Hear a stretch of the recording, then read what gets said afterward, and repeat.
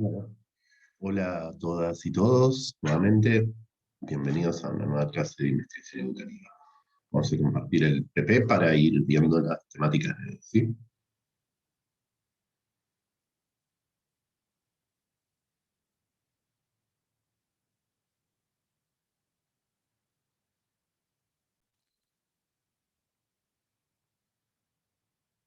Bueno, ahí estamos,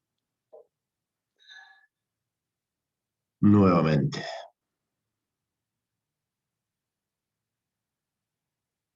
Bueno, hacemos rápido un repasito que ya venimos haciendo siempre. Venimos con la unidad 1, donde trabajamos lo que se entendía por investigación, lo que implicaba producir conocimiento, lo que implicaba eso en el campo educativo, las características que adquiría, fuimos analizándolo, cómo, por qué relevar y por qué poner el foco en las prácticas de construcción de conocimiento como forma de organizar y de repensar la investigación de alguna forma, analizamos el oficio, todo eso estuvimos trabajando en la unidad 1, ¿no?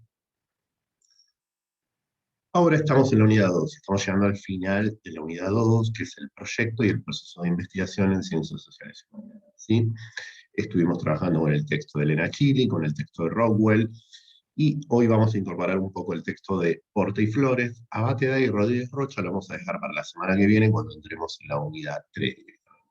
Y recuerden que estamos permanentemente articulando, estuve viendo mucho las actividades que están devolviendo vía foro, y la verdad que están buenísimas las cosas que están planteando, son muy interesantes y aportan un montón, y creo que después del el sincrónico en vivo que tuvimos, donde pudimos intercambiar un poco, empezaron a intervenir bien sobre la investigación que estamos analizando, y la verdad que empiezan a surgir cosas interesantes. Así que recuerden, póngale reflexión la idea de repensar procesos de investigaciones a partir de analizar un caso, una situación, una investigación hecha, o por lo menos el objeto escrito producido en una investigación, teniendo en cuenta que después ustedes reciben permanentemente objetos escritos en sus trabajos como docentes, y tienen que poder rearmar, repensar, ver cuáles son los elementos, cuáles son los componentes de esos objetos, ¿no? Bueno, entonces hoy estamos en la unidad 2, vamos a ver la última parte de la unidad 2,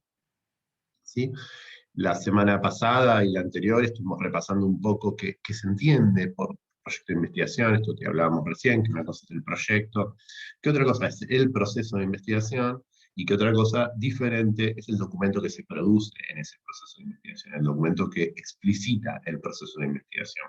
Nosotros, a partir de un documento que explicita el proceso de investigación, que es la tesis, estamos de alguna manera reflexionando sobre el proceso de investigación. El foco de esta unidad es reflexionar sobre los procesos. Vamos a avanzar en este, vamos hoy a terminar esto, en la próxima unidad vamos a ver otras investigaciones, ¿sí? Vamos a ver pequeñas o pequeños textos que nos hablan de investigaciones en curso, ¿sí?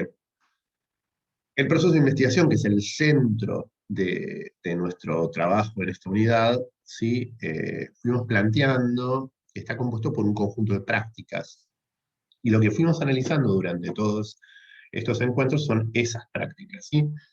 Eh, Esas prácticas cuyo objetivo en un inicio es elaborar una hipótesis, ¿sí? O una pregunta, ¿sí? Que de alguna manera nos permite elaborar un problema de investigación. Entonces fuimos viendo tres procesos: de la elección del tema del problema de investigación, ¿sí? De las estrategias al referente empírico y del análisis al objeto de estudio, ¿sí?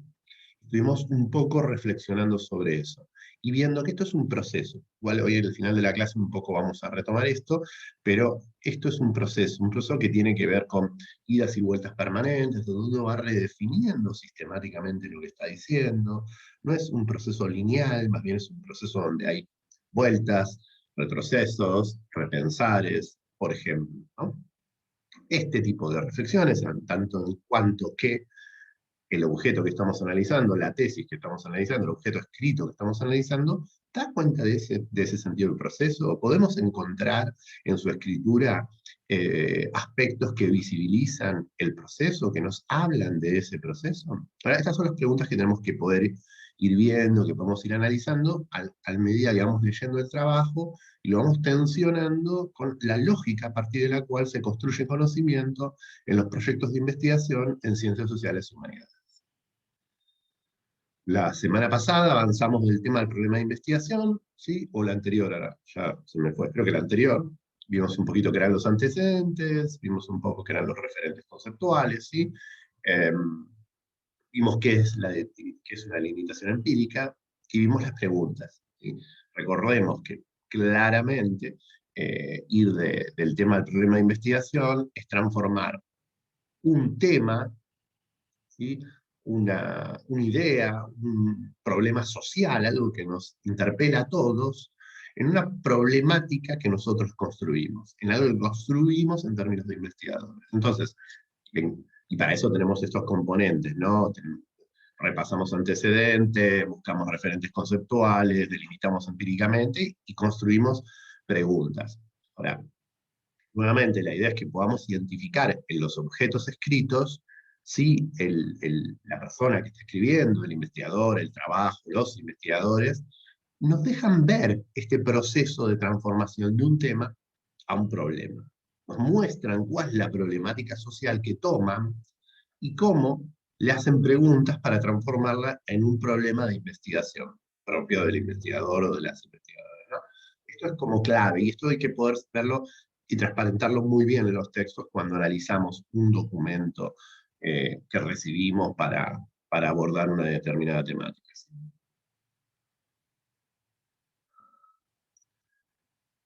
La semana pasada también estuvimos viendo el segundo paso, que es del referente empírico a las estrategias de investigación, ¿no? Disculpen, tengo un poco de resfrío de mañana. eh, En esta cuestión del referente empírico a las estrategias de investigación, empezamos a explorar, ¿sí? El espacio donde llevamos adelante y cuál es ese referente empírico que vamos a analizar. Empezamos a ver que según qué investigación, según qué trabajo estemos haciendo, qué proyectos llevamos adelante, va a estar entramado en diferentes espacios sociales, ¿no? Entonces, cada uno de esos los caracterizamos para poder pensar porque van a implicar investigaciones diferentes. Es importante que ustedes puedan ver en los trabajos escritos, en las investigaciones, el entramado de esos proyectos, en qué marco está, ¿sí? Esto también uno lo puede encontrar en el enfoque de la investigación, en el posicionamiento teórico. Muchas veces no está explicitado, pero es interesante que lo podamos explicitar, ¿no? Seguimos. También la semana pasada avanzamos sobre algunas de las estrategias que llegamos a ver, la observación y el registro, ¿sí? Esto de que la observación y el registro es documentar lo no documentado, dar cuenta de aquellas prácticas, esos aspectos que no están explícitamente expresados en objetos concretos y escritos en la vida cotidiana, sino que son registradas por quien está investigando. Son los documentos que construye el observador. Una técnica típica surgida en la antropología, en principio me corrijo, no es una técnica, es un enfoque propio de la antropología, es una manera de la antropología de construir conocimientos, es la manera en que la antropología conceptualiza el mundo social. El registro etnográfico, ¿sí? Vimos un poco las características, cómo se hace, de qué manera. Es algo clave de la antropología. Y hicimos un pequeño ejercicio con ustedes a partir de la observación del tráiler de una película, ¿no? Y analizamos un poco en base a algunas variables. En el encuentro de hoy, ¿sí? Es que donde vamos a avanzar en lo que son las entrevistas y las biografías y narrativas como estrategias de investigación. Algunas caracterizaciones generales, ¿no? Cuando uno habla de entrevista, ¿sí? Uno puede hablar de entrevistas que tienen diferentes formatos. Las entrevistas son pensadas previamente por el investigador, por quien está investigando, pero también están desplegadas en un devenir que implica la situación entrevistada, ¿sí? O sea, la situación entrevistada puede ir desplegándose en una situación que devenga en una entrevista de características diferentes. Por ejemplo, podemos empezar entrevistando a una persona, pero si estamos entrevistando, por ejemplo, un director de escuela o un conjunto de maestros, y, por ejemplo, interviene cuando estamos con el director de escuela, aparece un maestro o un supervisor, eso también puede ser un elemento a ser parte de la entrevista. Y ahí hay que poder ir viendo cómo se transforma. Por eso, toda entrevista siempre es acompañada de un proceso de registro etnográfico. Uno no solo graba la entrevista o hace las preguntas de la entrevista, sino que está registrando etnográficamente en una nota de campo el entorno de la entrevista, la situacionalidad de la entrevista. Es quizás a veces hasta, en términos para la antropología, para la etnografía, es quizás muchas veces más importante, o es igual de importante lo que registro que está sucediendo alrededor de la entrevista que la entrevista en sí.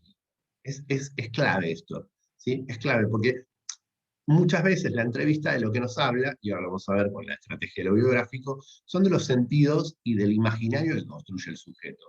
¿Sí? Lo que el entrevistador nos dice es su perspectiva del mundo. Ahora, ¿qué tipos de entrevistas podemos encontrar? Bueno, podemos encontrar entrevistas que se denominan dirigidas, ¿sí?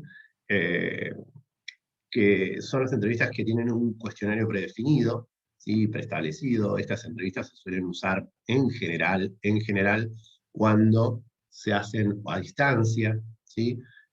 O cuando queremos entrevistar a una gran cantidad de personas y buscar similitudes y diferencias. En general, el cuestionario preestablecido me habla mucho más de las preguntas y por ende del investigador y del punto de vista del investigador que de la respuesta. La respuesta va a ser una variable que va a jugar en el plano de lo comparativo. Entrevistas semi-estructuradas que en general apuntan a una temática. Yo quiero entrevistar a todos los docentes de una determinada escuela para analizar la repitencia, las variables que ellos identifican que están vinculadas con la repitencia. Y entrevisto eso. El resto de los elementos están fuera de foco de la entrevista. Ahora, el resto de los elementos es interesante y es clave que puedan registrarlos en términos de observación y registro etnográfico. Cuando yo estoy entrevistando sobre la repitencia o las variables de repitencia en un conjunto de docentes, las reacciones del docente, los cambios en su cara, los movimientos de sus manos, sus gestos son clave para también triangular eso que se está diciendo con eso que se está haciendo, ¿sí? Clave en el marco de la antropología poder siempre tensionar lo que se hace, lo que se dice que se hace y lo que se debe hacer en términos de reglas. Ese triángulo en la antropología es como fundamental y ese triángulo está siempre. Y en la entrevista es un aspecto donde siempre aparece esos elementos. Bueno, entrevistas clínicas, ¿sí? Que están orientadas a la interpretación psicológica de casos, trabajos de análisis, esto es típico de los analistas, ¿sí? No es algo que abordemos, pero es un formato más de las entrevistas. ¿Sí? Y la entrevista en sí mismo antropológica etnográfica, que en general se presenta como una entrevista informal, ¿sí?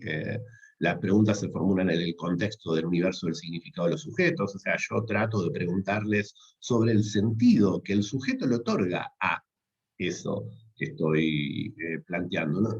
No interesa tanto corroborar hasta qué punto lo que yo estoy planteando tiene que ver o no tiene que ver con lo que el sujeto piensa, sino más bien que está vinculado a poder explorar los sentidos que los sujetos le otorgan a determinadas cuestiones. ¿Sí? Ahora vamos a ver un ejemplo de una entrevista y vamos a pensar algunas cositas de esto. ¿Sí? Eh, ¿Qué más? Bueno, nada, la clave es eso. Y en general, las preguntas tienen que apuntar a ser descriptivas. Uno tiene que poder preguntar de manera descriptiva. Cuanto menos valorizaciones pongamos sobre la pregunta que estamos haciéndoles a los entrevistados, a la entrevistada, mayor posibilidad vamos a tener de recuperar los sentidos que el entrevistado le otorga a la cuestión. ¿Sí? Acá no interesa tanto eh, el sentido literal de la respuesta, sino en tanto y en cuanto la respuesta se vincula a la expresión, ¿sí?, que el entrevistado o la entrevistada tiene respecto a un determinado problema. Por ejemplo, como hablábamos antes, la repitencia. No interesa corroborar si la variable que ellos identifican como clave de la repitencia en una determinada institución es certera o no, sino que lo que les interesa es poder relevar cuál es la variable que ellos identifican. Y esto tiene que ver con las características del enfoque etnográfico. La antropología no está necesariamente construyendo conocimiento para valorizar todo el tiempo lo que los otros hacen. Está construyendo conocimiento para conocer cómo los otros hacen. Y esto es la diferencia de muchas disciplinas, ¿sí? Bueno, esto sería, de alguna manera, la entrevista o algunas características centrales de la entrevista. Veamos la otra estrategia para pasar a un pequeño ejemplo y poder analizar las dos de manera conjunta. Bueno, la estrategia biográfico-narrativa, ¿sí?, tiene como el objetivo de la narrativa, que tiene que ver con el, la discursividad que el sujeto va desplegando en un proceso de intercambio, ¿sí?, que se puede usar tanto en términos orales como en términos escritos, ¿sí?, lo que busca, de alguna manera, es implicar a ese sujeto en el relato de su propia biografía, ¿sí? Y esto permite de alguna manera dar cuenta de la historia en la que se constituyen, o el entramado en el que se constituye esa narración, ¿sí? De alguna forma, al recorrer narrativamente una determinada situación de un investigado, de una persona con la que estamos trabajando, él va a ir ordenando su propia biografía. El ordenamiento de esa biografía nos va a marcar, en relación a una determinada problemática, cómo él construye su historia desde el presente, cómo él rearma su historia desde el presente. No interesa hasta qué punto es verídico o no, sino más bien conocer cómo él o ella rearma su estructura desde el presente en relación a algo. Por ejemplo, si yo quiero saber cómo llegaste a ser docente de esta escuela, lo que vamos a tener ahí es un recorrido por la propia biografía del sujeto que construye una narrativa. La construcción de una narrativa, en general, los sujetos la armamos intentando buscar coherencia en términos de lo que lingüísticamente se considera coherencia en un momento histórico y social determinado. O sea, hacemos un relato que denominaríamos coherente, consistente, sin fisuras. ¿Sí? Sin fisuras, lo cual no quiere decir no exento de situaciones problemáticas, pero sin fisuras. Parecería ser un relato que cierra, ¿sí? De hecho, esto, búsquenlo, porque además esto lo van a encontrar en la tesis, en el objeto que estamos analizando, y es interesante ver la reconstrucción narrativa que aparece ahí. No solo tanto la narrativa de quien escribe la tesis, en mi caso, sino las narrativas que se construyen a partir de lo que voy narrando de la tesis, ¿no? Esto es interesante. Ahora, ¿qué características tiene o qué valores tiene la estrategia narrativa, ¿sí? En principio es un discurso, una forma, ¿sí? Que busca explorar la significatividad en términos retrospectivos, ¿sí? Eh, que, que, se, que se opone a lo cronológico, en tanto es la reconstrucción que hace el narrador, no es otra cosa, como decíamos antes. Y no son descripciones, no es una reconstrucción descriptiva. Ahora vamos a ver algunas cosas en la entrevista esta una pequeña parte de una entrevista que vamos a ver. Eh, pero, pero pueden estar planteadas en términos de descripciones. A pesar de eso, no son descripciones porque involucran sus emociones, sus interpretaciones, ¿sí? En general, el biográfico narrativo se usa para analizar también, se puede utilizar para analizar también similitudes y diferencias en los procesos narrativos, ¿sí? Donde uno enfatiza en la subjetividad y en la realidad que crea el sujeto. Donde uno puede comparar esa realidad creada con otras realidades creadas de otras narrativas, ¿sí? Eh, Además, es tomada, o sea, en general la narrativa, lo que vamos a encontrar es que despliega la voz del narrador, ¿sí? En general, despliega la voz del narrador. Es él el que, de alguna forma va a ir desplegando el ordenamiento, la lógica, ¿sí? Y recuperan todos los sentidos del narrador. Las narrativas estas, en general, son analizadas como una construcción particular del narrador. Verán que la estrategia narrativa se parece bastante a lo que entendemos en etnografía como entrevista etnográfica, pero son complementarias, se pueden complementar, se complementan. La narrativa lo que hace es darle una reflexividad mayor o una reflexividad diferente, porque extiende y pone el foco en esto como objeto de investigación. Pero son complementarias y uno puede ver en una entrevista un proceso narrativo, digamos, así como lo puede ver en un objeto escrito, un proceso narrativo. En relación a eso, ahora vamos a intentar, esperemos que las cuestiones técnicas me lo permitan, vamos a intentar ver un fragmento de una entrevista a Raúl Carnese, que era un profesor ya fallecido de la Facultad de Filosofía y Letras, antropólogo, uno de los primeros en trabajar antropología biológica y uno de los primeros en apoyar a los jóvenes que hoy ya están consolidados en todo lo que es antropología forense, ¿sí? Vamos a ver un pequeño fragmento de la entrevista. Espero que se escuche. Lo que me preocupa es que se escuche, que ustedes lo puedan escuchar cuando vean el video. Yo puse en compartir audio, pero bueno, vieron, uno no es especialista en esto. En todo caso, igual, de todas maneras, si llega a fallar esto, van a tener el PP donde tienen el link, y ustedes van al PP, tocan el link y escuchan la entrevista y pueden ver los comentarios que vamos a hacer posteriormente en la entrevista. Pero esperemos que no falle, porque puse compartir también video. Veamos. Mi biblioteca realmente está en filo. Está en filo. Claro. Bueno, vamos a tener que complementar con algunas fotos. Son libros muy viejos. Hay algunos libros de la prehistoria prácticamente. Mirá el escudito de Independiente. Sí, el escudito de Independiente.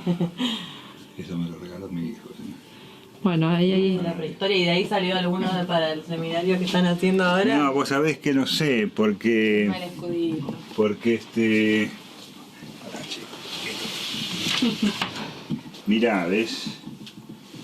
Y libros, por ejemplo, Una teoría científica de la cultura, los libros de Tristes Trópicos de Levi-Strauss. Atlas Montagu, esa en la época nuestra del 60 era muy bueno para antropología biológica. A verlo, ¿cómo es la tapa?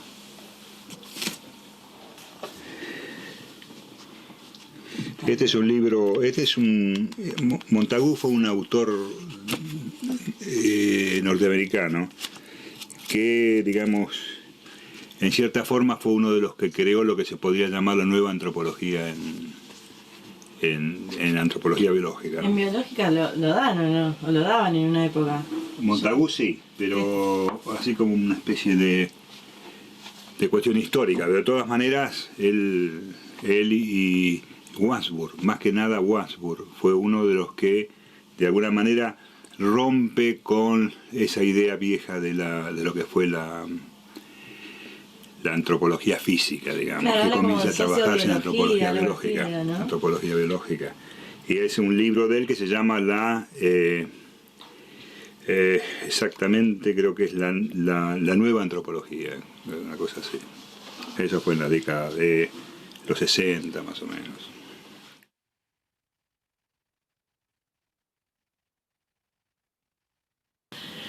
Bueno, Muy bien. es independiente. Sí, estamos sufriendo este semestre muchísimo. ¿Pero fanático? Yo no sé yo soy hincha de Independiente. Algunos pueden decirme que soy fanático, pero no tanto. Pero de todas maneras sí, voy todos los domingos a la cancha de Independiente, de locales, no voy de visitante. Tengo un abono y ahí me encuentro con viejos amigos y sufrimos muchísimo este año, muchísimo. Bueno, yo nací en Avellaneda. En Avellaneda En realidad en Avellaneda, en mi barrio, en realidad Avellaneda la mayor parte de la gente es de Independiente. Racing es más bien, tiene más hincha en Capital que en Avellaneda. Pero además no es por el barrio nada más, el fútbol es una herencia línea paterna. Es interesante estudiarlo en antropología. Es decir, toda mi familia es de Independiente, de la línea paterna, toda mi familia es de Independiente. Mis primos, los carneses son todos de Independiente. Es una... nosotros siempre decimos, si un padre no logra que su hijo es de su equipo, es un fracaso como padre. Bueno, ¿qué encontramos en este? Vemos un fragmento, después les recomiendo si quieren para hacer el ejercicio, pueden verla toda. Este es un ciclo a quienes les interese la antropología, este es un ciclo que hacen unas compañeras, amigas, que se llama Ciclo Trayectoria, que lo que hace es entrevistar a viejos profesores o a profesores viejos, entre comillas, a profesores consolidados de alguna manera que han fundado la antropología en la Argentina. Realmente la antropología en la Argentina aparece a partir del 50 y pico y todos ellos fueron quienes de alguna manera contribuyeron a su creación. Pero vamos a pensar un poquito la entrevista. Esto es una entrevista etnográfica, claramente, ¿no? Porque se busca recuperar los sentidos, los sentimientos, ¿sí? Los movimientos. Es obviamente una entrevista del plano lo visual, una estrategia de entrevista en el plano lo visual, y se recuperan un montón de elementos. ¿Qué se recupera, por ejemplo, para dar cuenta de la significación del sujeto? Bueno, la caminata, ¿sí? El filmarlo mientras estamos llevando adelante la caminata implica una entrevista que intenta dar cuenta de la significatividad que para el sujeto tiene el recorrido. Y por eso el sujeto elige mostrar de alguna manera la biblioteca, ¿no? Entonces le muestra su biblioteca, le dice que la biblioteca tiene ciertas características, ¿sí? Entonces ahí, ven, como esa entrevista también va generando estrategias vinculadas a lo biográfico. Bueno, ¿y dónde están tus libros? Bueno, no, mis libros están en Filo. Cuando él dice Filo, las entrevistadoras no le preguntan, pero Filo podría ser una categoría de significado local, como decíamos antes. Entonces, como las entrevistadas son del propio entorno, no preguntan, pero deberían haberlo hecho. ¿Qué Filo, digamos, para el que está observando? Bueno, Filo es el nombre con el que se denomina la Facultad de Filosofía y Letras de la Universidad de Buenos Aires, ¿no? Pero él narra un poquito esas cuestiones, va contando un poco cómo es, dónde están sus libros. Después selecciona un libro. Bueno, en ese proceso de selección, hay un proceso de selección de él en base a la pregunta que le hacen. Un montón de libros antiguos, le dicen. Y él entiende antiguos, la pregunta del entrevistador sirve para que él seleccione y muestre lo que considera antiguo. Y selecciona un libro de un autor particular que tiene que ver con los orígenes de la antropología biológica, que es su especialidad, digamos, ¿no?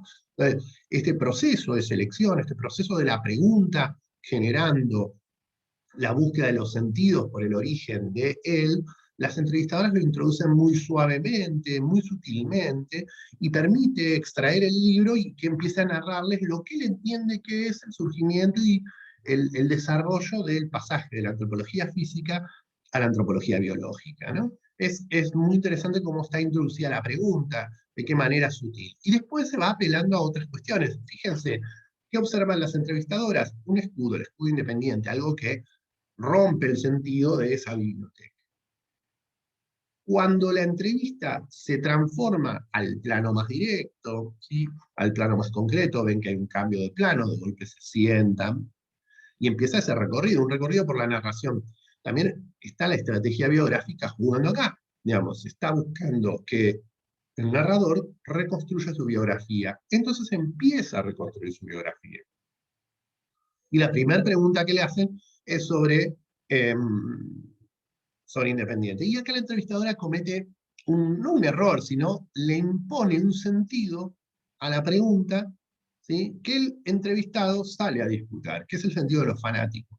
¿Qué se entiende que es fanático? ¿Usted es fanático Independiente? Dice que es una pregunta que haríamos en términos del sentido común. Ahora, cuando estamos investigando, no tendríamos que haber preguntado si es fanático o no. Uno debería preguntar, uno debería decirle, ¿y qué relación tenés con Independiente para que él la construya? No obstante, el entrevistado se aleja de la categoría fanático, porque aparte de fanático puede ser entendido en un entramado social mucho más amplio, con otros sentidos, y explica qué es fanático. ¿Sí? Y explica qué es fanático enlazándolo, explica su relación con Independiente, enlazándolo con su biografía familiar. Entonces vamos viendo cómo se va entretejiendo los sentidos, la narración, el punto de vista del sujeto en esta entrevista, vamos viendo cómo de alguna forma se va entrelazando, va narrando sus aspectos, va contando sus emociones, sus situaciones, cómo está imbrincado en su trayectoria hasta este posicionamiento, que también hasta es un posicionamiento de época. La entrevista nos habla de la época, esto de que el padre y el hijo tienen que... Y hay algo muy fuerte ahí, ¿no? Hay una reflexividad muy grande y un posicionamiento muy grande, ¿no? Pero de los aspectos más interesantes en términos biográficos de cómo reconstruye la narrativa desde su propio punto de vista, desde su propio yo, desde su propio posicionamiento, es cuando le preguntan por Independiente y Avellaneda. Y él dice, bueno, sí, en Avellaneda la mayoría son hinchas independientes. Que él sostenga que la mayoría son hinchas independientes con semejante afirmación nos habla de su sentido, de su reconstrucción lógica. No nos está hablando de si en Avellaneda la mayoría son hinchas independientes. No, Avellaneda la localidad cercana a Capital Federal, ¿sí? En la zona sur, ¿no? Él nos está hablando de su representación, de sus sentidos, de su narración, su reconstrucción histórica, hablando y recordándonos como toda su familia era hija, todos hijos, toda la familia hincha independiente. Claro, ¿cómo no va a ser todo Avellaneda hincha independiente si él es su historia ser hincha independiente? Independientemente, es un juego de palabras.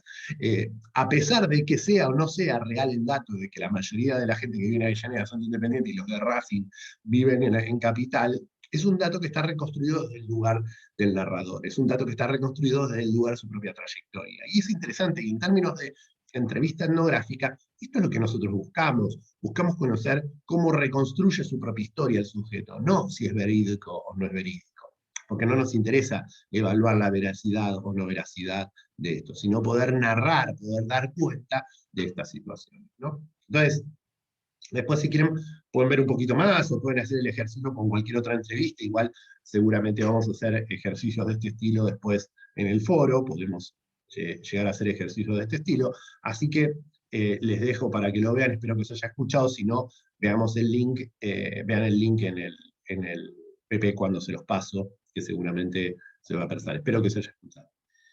Ahora vamos a pasar, para terminar de cerrar la, la unidad 2, ¿sí? Al último punto que implica ir del análisis, del análisis al objeto de estudio. Ir del análisis al objeto de estudio, nosotros tenemos ya las estrategias, definimos el referente empírico, sabemos, bueno, voy a trabajar con esto, de esta manera, con estas características, de esta forma.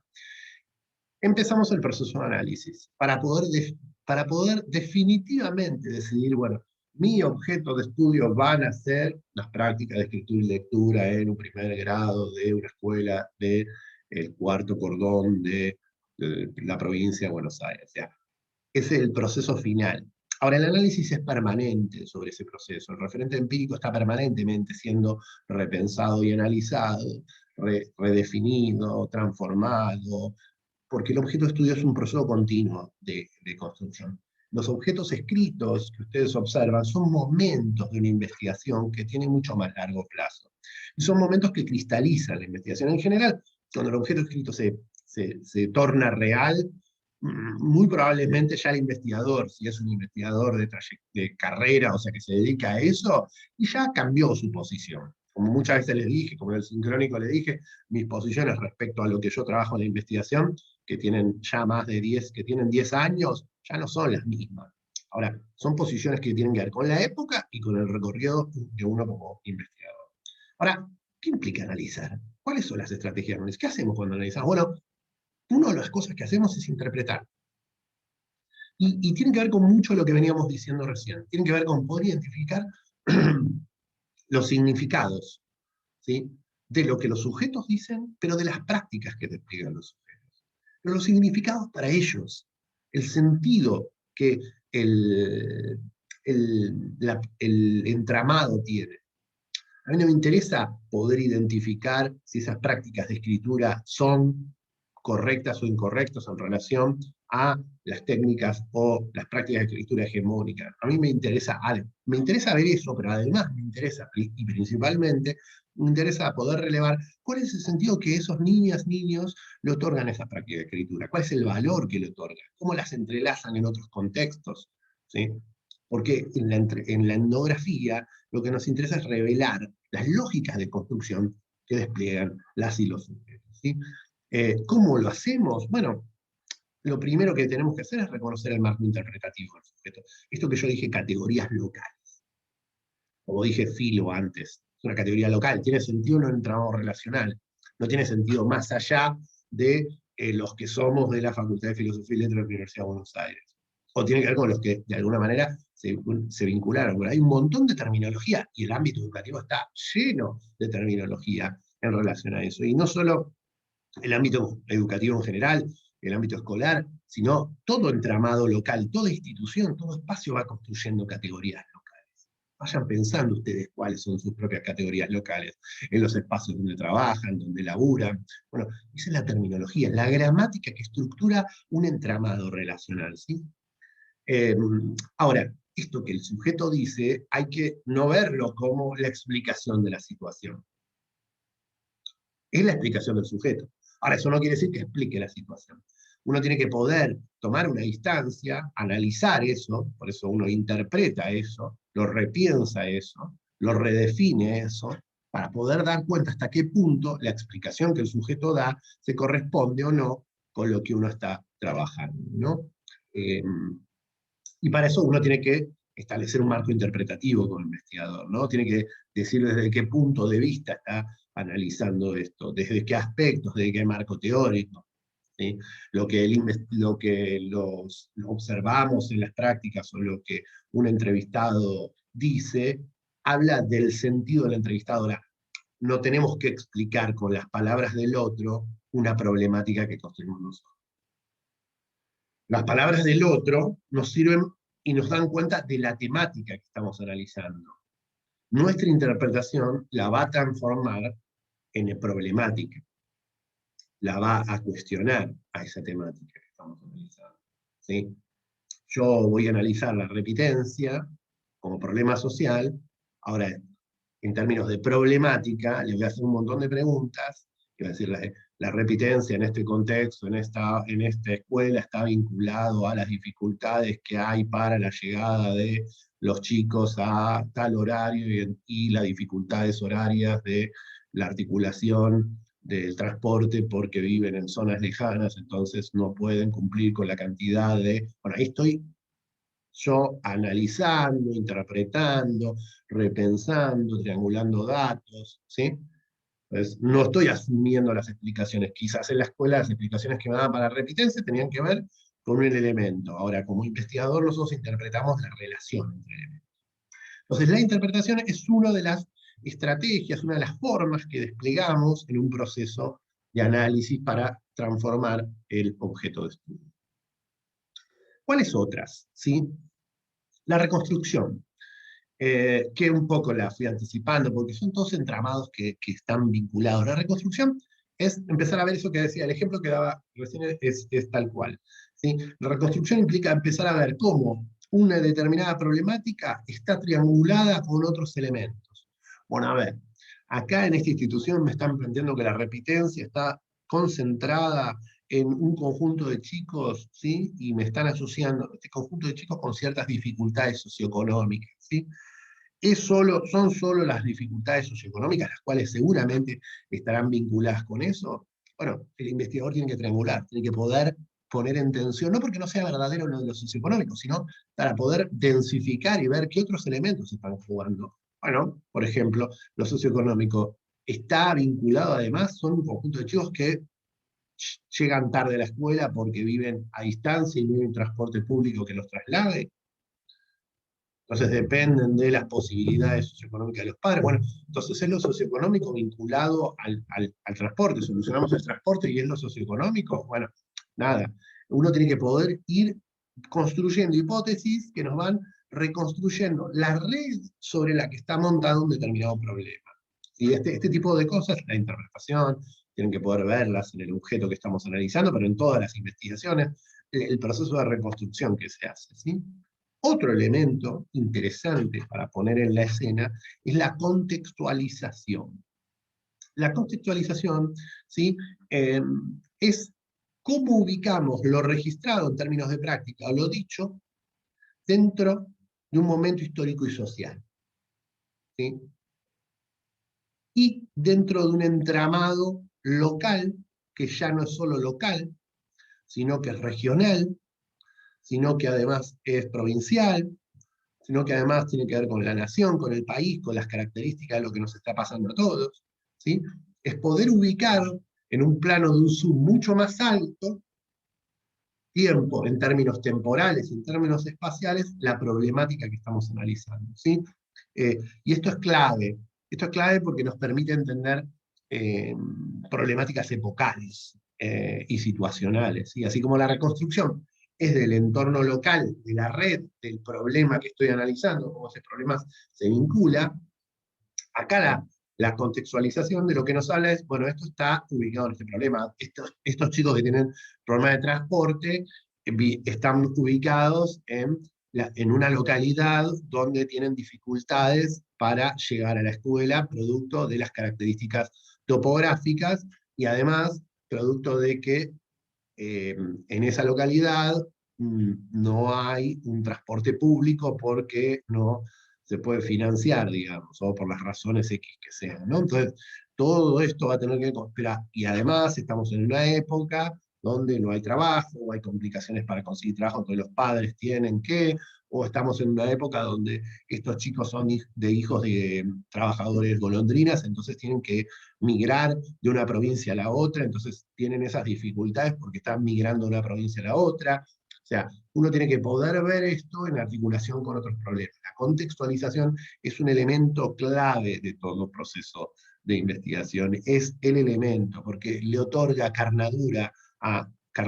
y dimensión, de una dimensión más amplia a lo que estamos analizando. Es central que siempre contextualicemos. En el trabajo de investigación que están realizando el objeto, es clave que puedan ver los procesos de contextualización. ¿Sí? Muchas veces el trabajo etnográfico es un proceso continuo de contextualización. ¿Sí? Es decir, bueno, pero miren que esto está en esta dimensión, este problema, esta situación. Las últimas dos, la contrastación. Eh, Acá la idea es cómo podemos llegar a tensionar la problemática que construimos, ¿sí? Con cómo esa otra problemática es desplegada en otro contexto o en otra situación. Contrastación puede llegar a ser también entendido como comparación, ¿sí? Como de alguna forma se despliega un proceso eh, que permite poner en tensión no dos elementos del mismo nivel, sino el mismo elemento, ¿sí? En otros contextos, en otros entramados relacionales. Contrasto, pero no para considerar válido o no válido un determinado problema, sino claramente tiene que ver con no la validez, sino con la posibilidad de la comparación para entender aún mejor las características del espacio que estamos analizando. Porque todo problema es situado, y todo problema está situado en un determinado momento, en una determinada circunstancia, en un determinado lugar. Entonces es clave que podamos situarlo siempre en una situación, ¿sí? Que podamos ubicarlo en un entramado relacional siempre. Entonces, la contrastación nos sirve para esto. Todos estos procesos que estamos analizando son analíticos, son divisiones analíticas, no es que después el investigador dice, bueno, ahora paso a la etapa D, ahora paso a la etapa D, no, eso no. Son prácticas que tienen que ver con el análisis que llevamos adelante, los que investigamos, que están interrelacionadas, ¿sí? De hecho, ahora la que sigue, la explicitación, implica todas las anteriores, ¿sí? Pero implica un análisis más exhaustivo, ¿sí? Porque acá lo que tratamos de alguna manera es reescribir, repensar los fenómenos que estamos estudiando. Eh, es muy importante en la explicitación el detalle, sobre todo en un registro. Y poder dar cuenta en esa explicitación, esa reescritura, esos registros, en eso, bueno, a ver, yo registré esto, pero ¿qué estaba pasando? ¿Por qué lo registré? ¿De qué forma? ¿Sí? ¿Qué estaba, ¿Por qué registré este elemento y no registré este otro? La explicitación tiene que ver también con lo que el investigador hace en relación a repensar el objeto que eligió, ¿sí? Y el objeto que no eligió. Y básicamente, como dice Elena en este extracto, es confrontar al investigador con todo lo que no pudo explicar, ¿sí? Y esto es lo que nos permite de alguna manera objetivar nuestros preconceptos, objetivar nuestros supuestos, nuestras categorías, que están implícitas, que no están puestas en escena. A ver, yo registré esto, yo registré el movimiento que hizo el docente, yo registré este aspecto ¿por qué razón registré esto? ¿Cuál es el foco que hizo que yo registrara esto? ¿Sí? Y esa objetivación de lo que registré, esa objetivación de las preguntas, esa objetivación de esa contrastación que hizo, esa objetivación del entramado relacional que decidí poner en escena y dejar de lado otro, esa objetivación que hice de la contextualización, es la repregunta sobre uno mismo. Y eso es lo que abre la posibilidad de nuevas relaciones. Porque es bucear sobre el proceso de construcción del problema, en esos aspectos anteriores que vimos, ¿sí? Que uno no tuvo en cuenta. Y analizar lo que uno no tuvo en cuenta es el proceso permanente de la investigación. La explicitación sobre los análisis que hacemos es el trabajo de investigación. Porque el trabajo de investigación, ¿sí? Por eso vuelvo a poner el círculo acá, es un trabajo permanente. No existe un momento central en el que consideramos y decimos, ahora llegamos a esta conclusión, esto es así. Sí, llegamos a conclusiones que son provisionales. Son provisionales siempre. ¿Por qué son provisionales siempre? Porque la investigación está hecha en un momento histórico, en un lugar determinado, y los sujetos con los que trabajamos en ciencias sociales, ¿sí? La vida social es permanentemente cambiante. Entonces, lo que en una investigación nos dio ciertas certezas o cierta veracidad, al modificarse la vida social, tiene que ser repensado. Tiene que ser repensado. Siempre es repensado. Y es clave en términos de investigación estar repensando. Y estar repensando también redefine el tema, redefine el problema. Por eso esto es circular, por eso es volvemos a empezar y volvemos a empezar y volvemos a empezar y volvemos a empezar y volvemos a empezar. Porque no solo es, como les decía antes, que el investigador en general sigue avanzando en su proceso de investigación, en su proceso de posicionamiento, en su proceso teórico, y va densificando y complejizando el problema, sino que los entramados relacionales que investigamos son cambiantes. Entender que los entramados relacionales que investigamos son cambiantes es parte de la clave de todo proceso de investigación en ciencias sociales y humanidades. No pensar que detenemos o que extraemos una fotografía y que esa fotografía va a ser verídica siempre. La fotografía es solo una parte de toda la gran película que estamos analizando.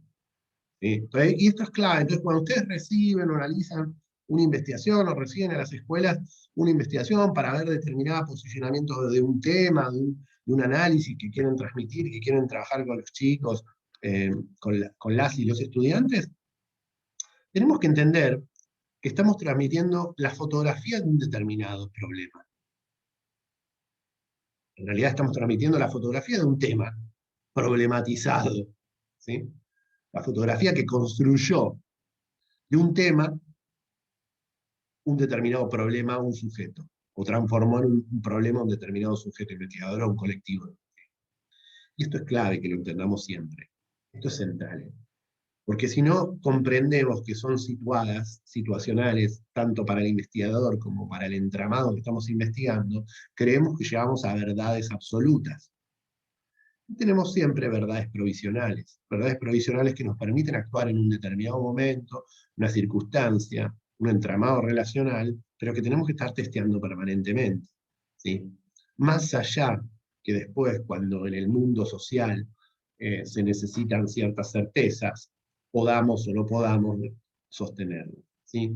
Esta es la complejidad de la investigación y de la práctica de investigación que necesita estar repensándose todo el tiempo, que es a la que se le demanda permanentemente eh, certezas, pero que todo el tiempo está tratando de planteando certezas provisionales, porque son cambiantes, ¿sí? Y no solamente las ciencias sociales y humanidades, creo que en estos momentos que estamos viviendo todos, producto de lo que nos está pasando al mundo, nos da el ejemplo de incluso que las propias ciencias más duras tienen cambiando. ¿Sí? Esta discusión sobre si la vacuna genera o no genera, es la propia comunidad científica la que está experimentando en vivo, en situación. Esta angustia que vivimos permanentemente respecto a la validez o no validez de una determinada vacuna o otra vacuna, tiene que ver con entender el proceso de investigación. La investigación es así. Cuando vos estás investigando, llegás a una verdad provisional, a una vacuna provisional que es efectiva en un contexto, en un lugar determinado. Ahora, la biología va cambiando, lo vemos, pero, bueno, la vacuna sirve, ahora la que no servía sirve esta, porque es cambiante. Y eso es clave de entenderlo, la vida es así. La vida social y eh, la vida, la vida en general. Bueno, el análisis, por un lado, significa la búsqueda de los nexos conceptuales con los que se va argumentando la construcción del objeto de estudio. Eso es lo que hicimos, eso es lo que tenemos que hacer. Eso es lo que tienen que hacer ustedes cuando vienen a un trabajo. Buscar cuáles son esos nexos conceptuales, ¿sí? Esos nexos que articulan los elementos, ¿sí? ¿Y qué hacemos? Interpretamos, ¿sí? Pero tratamos de entender los significados que producen los sujetos. Y esto es muy del enfoque etnográfico.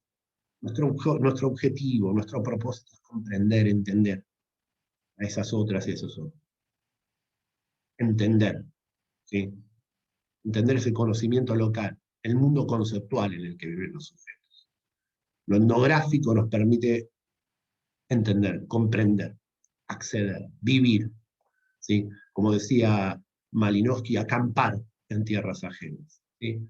Esta posibilidad de acampar que tiene la etnografía, de vivir la vida del otro, que tiene la etnografía durante un tiempo, es algo para los que somos etnógrafos hermoso, porque nos permite entender y conocer cosas nuevas, mundos nuevos, experiencias nuevas, sensaciones nuevas.